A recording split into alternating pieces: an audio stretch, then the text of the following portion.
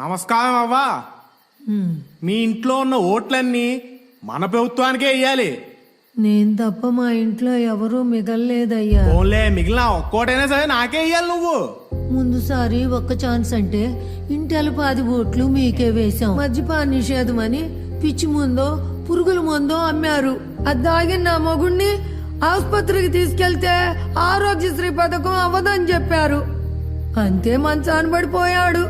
మా పెద్దోడు తాపీ పని చేసేటోడు. ఈ ప్రభుత్వం ఇసుకను ఆపేస్తే పని లేక పని కోసం పక్క రాష్ట్రానికి వెళ్ళాడు.